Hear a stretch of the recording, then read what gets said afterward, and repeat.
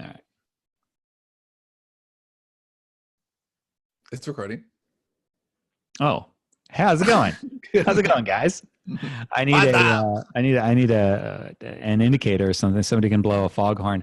I'm just a little discombobulated because the regular audio isn't working, and usually I'm in control of that. Boom, hit record, and so we're ripping from the video today. But anyway, how do you feel about not being in control? I actually am increasingly comfortable with not being in control. That's not. I know that was a joke because I'm in control by pressing a button in this case. But are you going to do ayahuasca? No. That sounds like a nightmare. I am not interested in that. But do you think we could get Dave to do ayahuasca? Just tell him it's Diet Coke. Well, if by get to do you mean trick, maybe. Hey, well, Dave, that's what I mean. Dare you to drink some mud? No, let's just put it in his Diet Coke. Come on, he's not even notice that. I think you can tell when the syrup and carbonation balances off and lectures restaurants on that their Diet Coke isn't done right. That's true. Do you have anything cool that, because I kind of pulled out the 10% happier book last time. It just you seem to light up at the idea of something cool. Do you have anything? I mean, not that. I'll give something cool that I know you think is cool too. Okay, well, that's my favorite kind of cool things, because otherwise I'd just bitch at you about it. Yeah, so there's a show called Working Moms. No G, Working Moms. Yes. That's on Netflix, and it's there's 3 seasons already, but only 1 on Netflix, so the other 2 have got to be coming soon. It's from Canadian TV. But it's good. It's by Catherine Reitman, who is Jason Reitman's sister and Ivan Reitman's daughter. It's just a smart comedy, and it's got, I don't want to blow the punchline at all, but it has the greatest opening setup. It's just really funny, and it catches you off guard, and it kind of sets up the personalities and the environment of the show in such a wonderful way. I just think it's got great storytelling, and I really like the pilot, and I just enjoyed season 1 a lot. Yeah, I actually have extra appreciation for that because, as you know, I came to that show with like a specific intention. I wanted to. We were watching longer things, and then we usually need kind of a short comedy to just, like, usually it's half an hour, and everything was longer than we wanted to close the night up here in Casa Truant, I guess. Anyway, so we had been watching Schitt's Creek, which is terrible. It's like who not only who greenlit that show, but then who let it go on as a travesty for like 5 seasons or whatever it's been. It's such a terrible show. And so I was like, I need to find anything else, and found this, and it's so, by contrast, it was amazing. Working Moms, Dave. Oh, okay. Have you seen that? No. It's good. It's funny. I'm glad that my dogs are barking right outside. Are we doing something cool or something? A little bit of character. We are doing something cool. Do you have anything cool?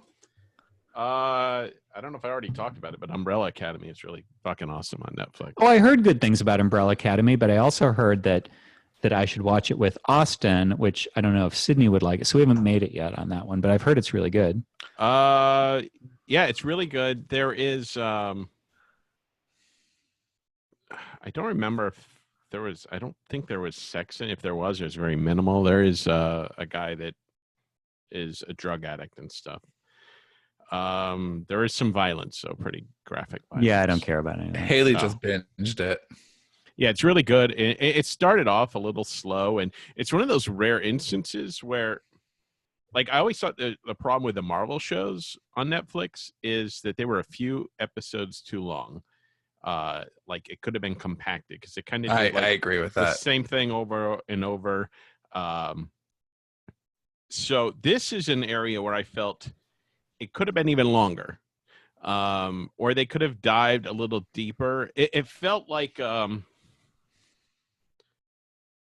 of the, like, early on, I wasn't into it yet, because it was just kind of like briefly touching on things, and they were like hinting at stories that were there, which I like in some aspects, but they didn't really dive deep until a little bit later. And when they did, I really absolutely loved where they went with the story, and I felt that they could have gone even deeper. So you liked because they were using mystery boxes? Oh yeah, and there's a lot of stuff that plays out over the course of the series. You don't know why, shit is going on. So it's really awesome, and I love it. And yeah, go watch it.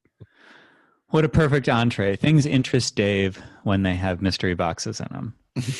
Sean, do you want to set up? In the last episode, it was how to teach an old Dave new tricks, which I do kind of like as a title. But this, as it pertains specifically to the idea of mystery boxes, which you led into at our last storyteller meeting. Wait, I'm sorry. Well, I just wanted you to do the setup, because if we just talk blandly about mystery box storytelling, then it's us picking a topic and educating projection, and I want to relate it. Well, I was talking about how I really embrace mystery box storytelling, but I think that, and Johnny, tell me if I'm too off course, because I think you may want to address some of this stuff actually later in the show. But I feel like mystery box storytelling is just a wonderful tool. It's one of my favorites as a storyteller. It's one of my favorites as a consumer. However, I think it can be done very poorly. And, that's what you've heard us refer to as Hurley birds. And we'll talk about that during the show for sure. But I think that mystery box storytelling needs to have that other end. It needs to have closure. It needs to be complete. It needs to have, the beginning and the middle and an end. And it can't just be mystery box, mystery box, mystery box. And so we were talking about this during one of our story meetings this week, because I was noticing just the difference in the way that Dave and I handle mystery box storytelling. And, I'm always like, it doesn't matter how crazy we got out there. Johnny and I definitely have a way of loving the mystery box and giving it closure. And we figure that no matter how wild the mystery box gets, that's the closure. Like, we'll eventually get there. And we'll tell our story until it gets to a place where it sort of feels inevitable and it doesn't have to be mapped out ahead of time. But it does take work to add that closure. And the story that I was telling, work, and it takes familiarity. I'll let you tell the story about the story that you were telling, but I think that you have to know where to balance it, because I know on writing, Stephen King talks about, well, people who plot, he said, is just, for me, it just feels overly controlly. Every story goes somewhere. I just tell the story. And I'm like, well, so that's why a lot of Stephen King endings kind of fall flat, because he doesn't necessarily think about the stuff in advance, at least for what we've seen from him. So it feels like it is a balance. And I've thought about this a little since you talked about it on the meeting, where opening mystery, but also having some sort of meta level awareness of what's going on in the wider story.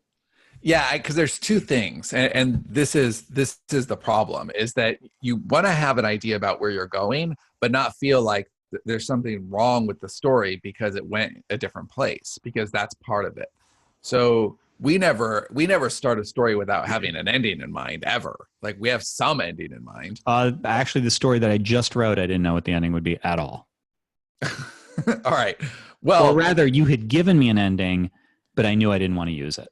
Okay, well, that's fine. That's still fine too. There's an ending there, and there's all the notes that drive towards it, with an understanding that something can go completely sideways. Something can completely change. Because if you have to know what that ending is, and then you have to get there by some way, only one of two things can happen. Either you're going to contort your story unnaturally so that it doesn't feel right. It's discordant with the reader because it has to bend to your whim. Or, it's not going to be fun, or you're going to feel like your story's a failure, even if it's a success, because it has an ending that you didn't map out. For me, that compass, I think, comes from theme and character arc. So I like symmetry in my stories, meaning that at the beginning, if somebody is in a situation and they've made a choice of some sort that isn't the quote unquote right choice, it isn't, they're doing something in line with their flaw, their wound, and it isn't maybe, from a storyteller's perspective, like the one we would want them to make. I want a similar choice at the end that is the opposite, that is taken from a place of having healed that wound. Or theme and /or, I think that they play together. The theme of, so for instance, the book that we just wrote, there was kind of a repeating element of alienation, self-imposed alienation and loneliness, somebody who's keeping themselves isolated. So it seemed natural once I kind of saw that was a repeating thing, that whatever happened at the end, he was going to have to do something that caused him to be brave and step out so that he wasn't alienating. He wasn't not alienating. He wasn't sequestering himself. He wasn't walling himself off. He wouldn't be lonely. And so I think that as I operate, as you were saying, kind of on faith and understanding the mystery boxes and the endings will come, it's always in the back of my head so that I know. What didn't work about that original ending was that it was kind of a Twilight Zone-ish ending in a way that felt like it just kind of ended to me. It didn't resolve. He didn't change. It felt more like a short story ending than a book ending. Right. I mean, a Twilight Zone ending is, oh, I have all the books in the world. Nobody will bother me because there's been a nuclear war, but oh no, my glasses broke, and then it's over, or something like that. And Black Mirror has some of that, but not as much. There's usually some thematic closure, although they really do use that a lot. Like the one with, although that episode of Bryce Dallas Howard. This was a Black Mirror style story for context. Right. So, but actually I'm kind of going back and forth on this, I guess a little bit. So that episode with Bryce Dallas Howard, I think it was called Downslide or something like that. Downfall, where she has, they're all in the future, and she's got, they have social media scores that are kind of like everybody's rating each other. And so you have a certain score. And so everybody's real aware of rating somebody nicely so that they will rate you well, so that you won't get shit like on. Like a Yelp for social interactions. Right. And so, she'll interact with somebody at a coffee shop and they'll rate each other, and everybody can see everybody else's ratings, and it causes a social stratification where people treat each other differently based on their ratings.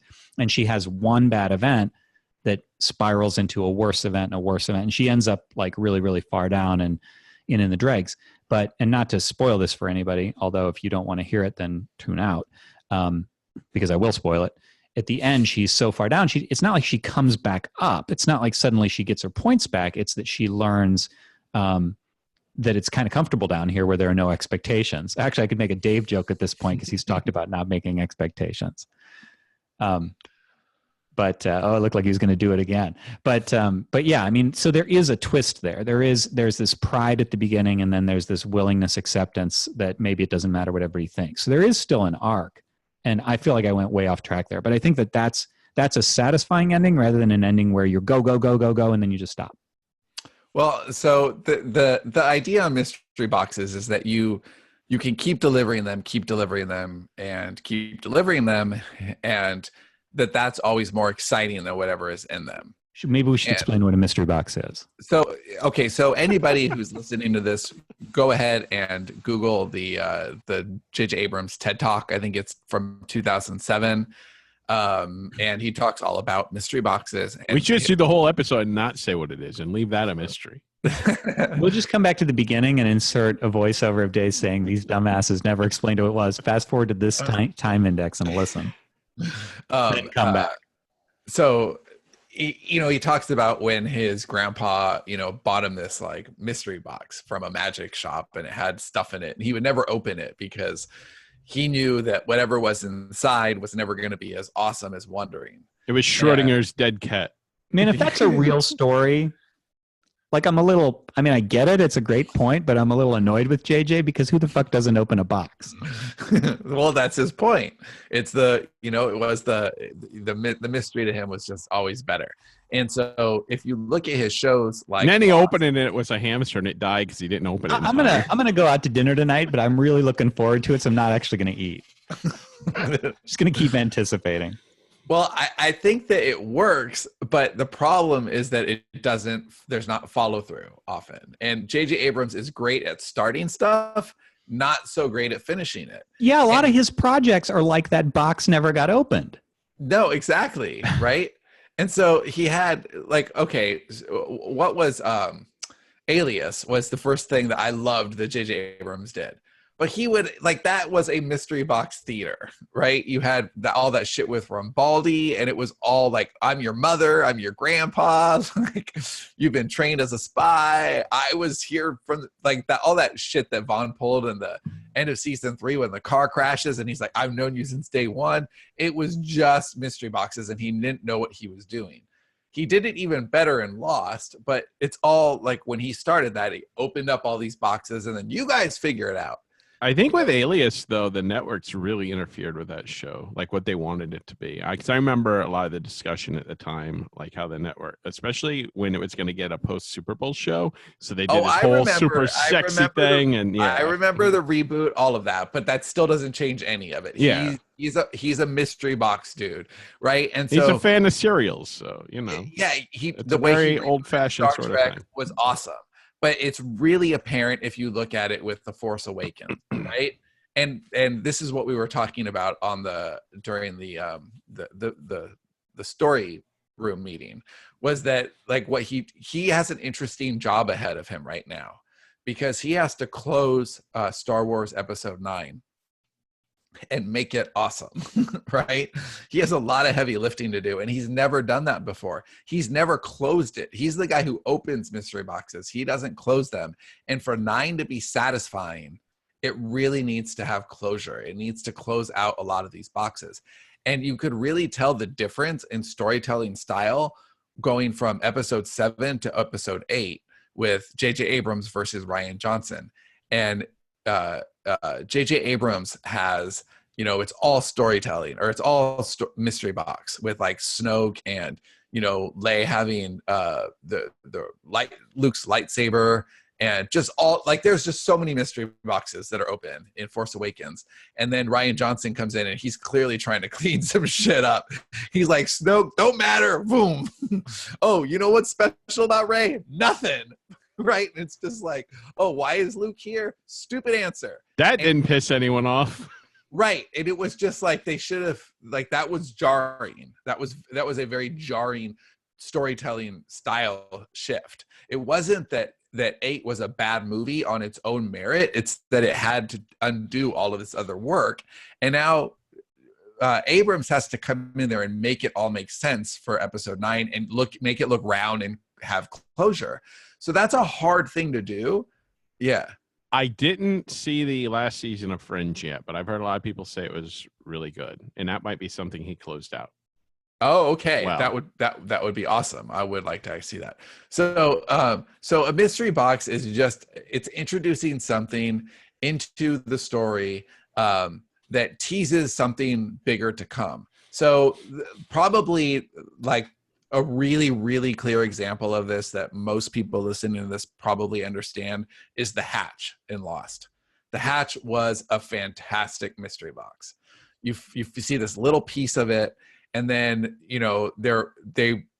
Locke finds it, and then there's this. They spend a whole season excavating it. Right, and you got to know what's in there, and then season 2 opens, and then you see what's in there, but now there's this button, and it counts down every 108 minutes. Now you have a new mystery box that's even better than the last mystery box. Now, the problem is at some point when there's more mystery boxes than answers, and things get unwieldy. And I think that we've had a tendency to do that, right? We very much did. Yeah. And you can tell, at least I can tell, because the storytelling starts to feel cumbersome. It's the difference between taking a walk at sea level and taking a walk up in the mountains where the air is heavier. It's something like that. It's like, oh, this is just it's not, honestly, the robot series is a little bit like that right now. And I think that's why it's given me a little bit of trouble, is we opened up too much stuff, even though we cleared the decks on a lot of stuff. And I think that that's we're so much better about that now, though. Yeah, we are. And the problem is that's an existing series. So if I just to pivot a little bit here, it is Sean and I are working with a third party on a project right now. And it's a really complicated concept. Like the concept itself is complicated.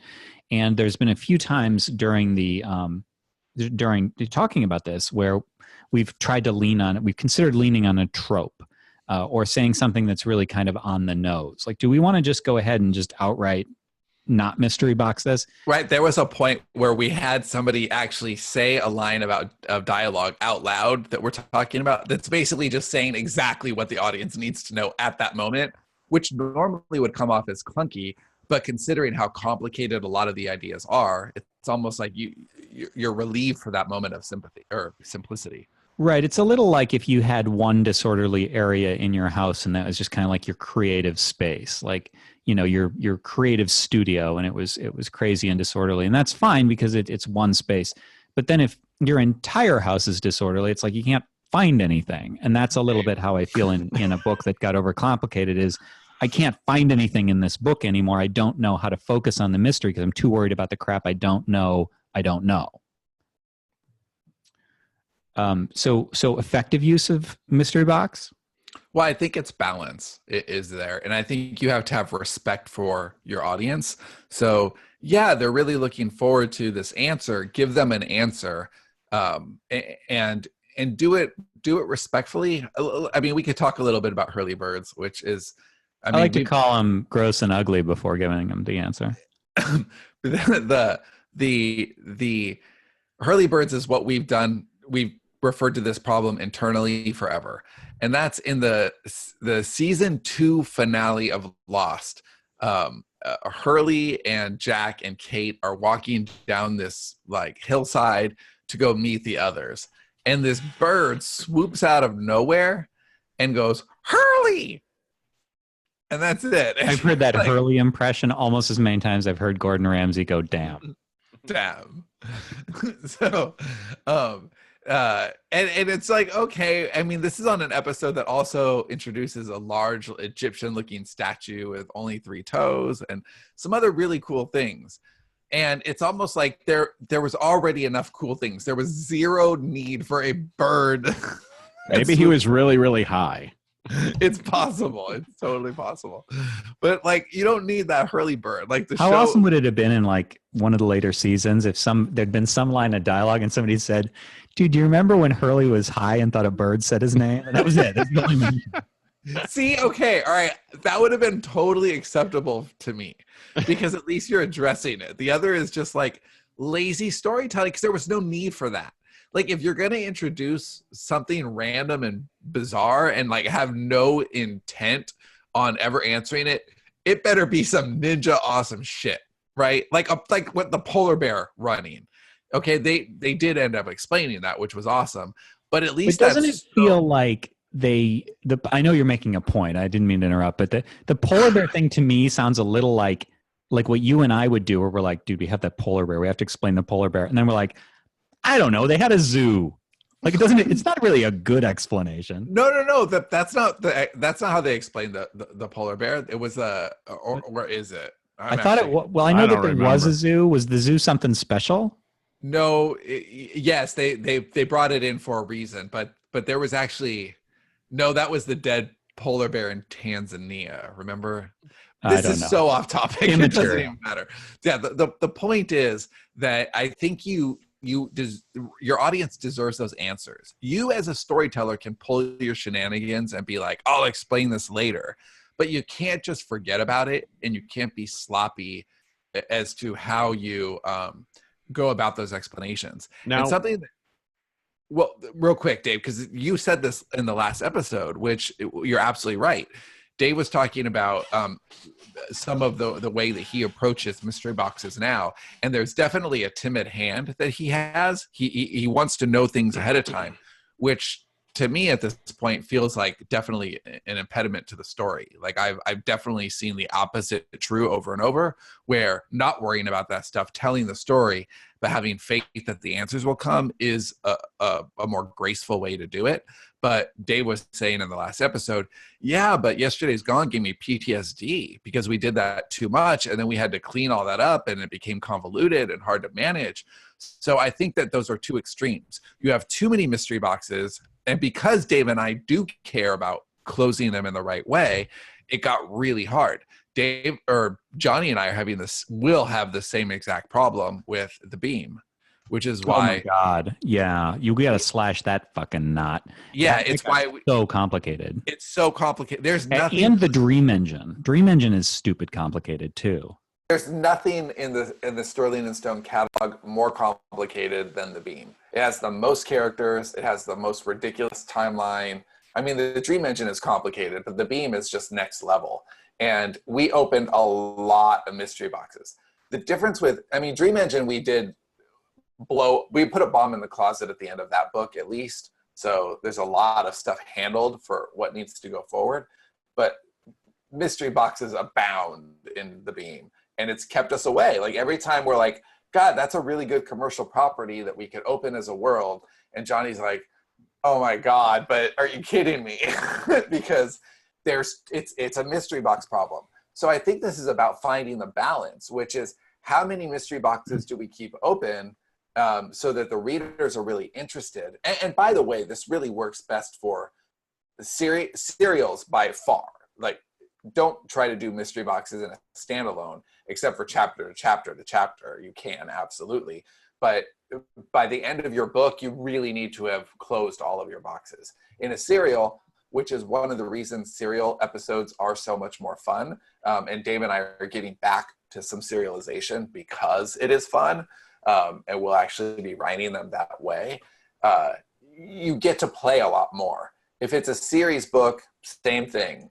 You can close them, but you can only have like 1 or 2 open at the end of the book, and they have to be immediately addressed in the next book, unless there's like a series large, mystery box that you answer a little bit at a time. But it really is balance, and I think that when you're like on the amateur side of it, you're so fueled by enthusiasm and the idea that you as the storytelling god can do anything that you do, and it can get very unwieldy.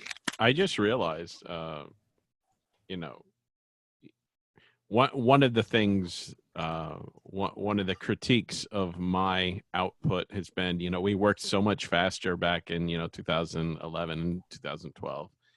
And I realized, because we were pantsing so much shit, but when it came time to resolve those things, then it became a slower I suddenly, there's a few, like in Yesterday's Gone season 3 or 4, I don't remember. There was just a lot of shit that was like, okay, now I got to figure that out and that out. And sometimes you make a mistake, and it's just, so now I am gun shy, because I don't want, because it was such a process to try to figure it all out. And so it's difficult for me to like find the sweet spot in between. Yeah, but you will. I think that's just a matter of doing it. And I mean, I can show you some stuff today, dude, if you want to see. You're not the storyteller you were 7 years ago. You're not. Am right? I better or worse? Oh no, much better. I mean, okay. As far as the way the idea, I mean, the writing itself is kind of, oh wait, I can think there's one line. Let me see if I can remember it today. It was Brent, and he was looking, okay, it was Brent, and he meets Melora. And this is the introduction to Melora. She looked like a doctor or scientist, and he was usually right about stuff like that. Oh, that's so goddamn painful. I can't go back and read that. Fuck you. Right. I want to rewrite the whole thing. I know. I was just laughing because I'm like, oh my God, this would just, I can't imagine you writing it. I can't imagine me letting you get away with it, right? Like on both levels, like that copy would not exist. But like, again, I mean, it's awesome that it does. It shows that, I think it's important that it does. I think it's important to see that your growth comes from somewhere. Yeah, it would be more depressing if you realized that you hadn't gotten any better. Right. Like, now, don't be cringy about that. Be like, that's our first thing ever, and we have grown a lot since then. Now, one thing, there is one thing. Like, sometimes I like when some mysteries aren't resolved, because there are things the characters would never know. Like the Hurley bird thing, he might never know why the bird did that. Okay, that's fine, but you know as well as I do that was not why that was. It was a mistake, because it got so many different writers, and shit gets dropped very easily. Yes. But so okay, when we were mapping out our big robot world, and this was our second world builder, so a lot of storytellers in the room, and we're basically talking about there was something that we had to decide on for the world, and we basically decided that yes, we're going to do this, but people who read never need to know about it ever. It doesn't matter. But we as the storytellers need to know, because that makes it true. So we all can universally believe in this thing, whether the reader knows it or not. And it gives it like an honesty to the entire world, right? And I think that's when you open mystery boxes, you have to have some idea or some notion where that's going. or at least keep it top of mind that, okay, I loved how I introduced that because it was such a bizarre concept at the time, but I have to come back to it. Because for those of you who remember, Matt Champagne is our survey friend, and he says the number one mistake make when they send out these surveys is that there's no closure, and humans want closure so much. Meaning that people don't circle back and say, you guys asked for this, so I'm delivering it, or I at least heard it, or something like that.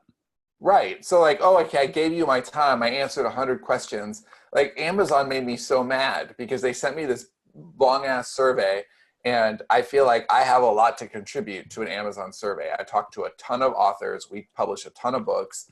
I have something to say. And like, I spent like 2 hours on this survey and didn't even get a, survey they just sent another one out recently. Yeah, Dave, Right. Can you do a drawing of Sean trying to run up to kick a football while Amazon holds it? It was just, it's ridiculous. And, I said, here's my phone number, here's my email address if you want any clarification on any of this stuff. And I feel like, right, James looking. So anyway, I think that mystery boxes can be really abused by storytellers, especially as they've been popularized over the last several years. But done well, I think it's a fantastic mode of storytelling that really engages an audience. I think the trick is, well, let me put it this way. I think that the more boxes you plan to open, the better that you as the storyteller need to know all the truth and have it basically written down or categorized somewhere. So the book that Sean and I will have coming out sometime later this year has a ton of mystery boxes at the beginning because it's a bunch of strangers, or we think they're strangers, who meet, and there are reactions between them and subtext that the reader isn't going to understand, or rather they will understand what the subtext is, but not why. So, two old friends meet, and then the wife of one of them is clearly acting poorly against the guy that she's supposedly just reunited with or just met or something. And you're like, why is she being a bitch? Why is she? And there's a bunch of things like that. And the reason is because, she knows something that he doesn't know she knows. It's this whole thing about what people know and what they're aware of. But we had a very, very complicated, not complicated, but complex, like thorough pre-planning package for that story, because we needed to know what everybody knew, what everybody didn't know, and those early things I went back and rewrote. I rewrote them after getting further into the story, came back because I wanted to add that subtext. So I think that you can do that because there are a ton of them. Like somebody will say something and somebody will say, was that what you really meant, or something? And you're like, what the hell does that mean? Or just a slip of the tongue. Somebody will make a Freudian slip. And so, but it was necessary for that story, but it required so much preparation, if that makes any sense. I don't think you can do it freewheeling. No, your dog agrees. I think that it's something you can get better at over time, but probably in the beginning it should be less is more. Like it because it can get you can regret it. You can for sure regret it, and it can come off as amateur. If you don't close it in the right ways. And I think that Dave and I have done a good job in closing it. I also like one of the reasons I wanted White Space, for example, to have more seasons than it did is because it gives you more time to close loops. You can get a little bit crazier and you have a little bit more time to make things naturally make sense, rather than everything has to get solved really quickly. Because to me, especially in the beginning, and again, this is recent insight. I didn't know this when we were in season 2 of White Space. It would have helped me to understand that division where I'm always pushing big ideas and Dave is pushing restraint. And now I understand that, and I understand. Well, I was gonna say, there's part of me that hears like all the fandoms of the various shows and movies and stuff and all the mythologies. One of the biggest complaints is they get is, oh, they're just making this shit up as they go along. And there's part of me that wants to always know at least somewhat where I'm going, so I don't fall into that trap. So I don't create something that looks like I'm just shitting it out, like woohoo. Yes, but also that acknowledge that might be a false belief. Like, Oh even yeah. I are making it up as they go along, right? Yeah.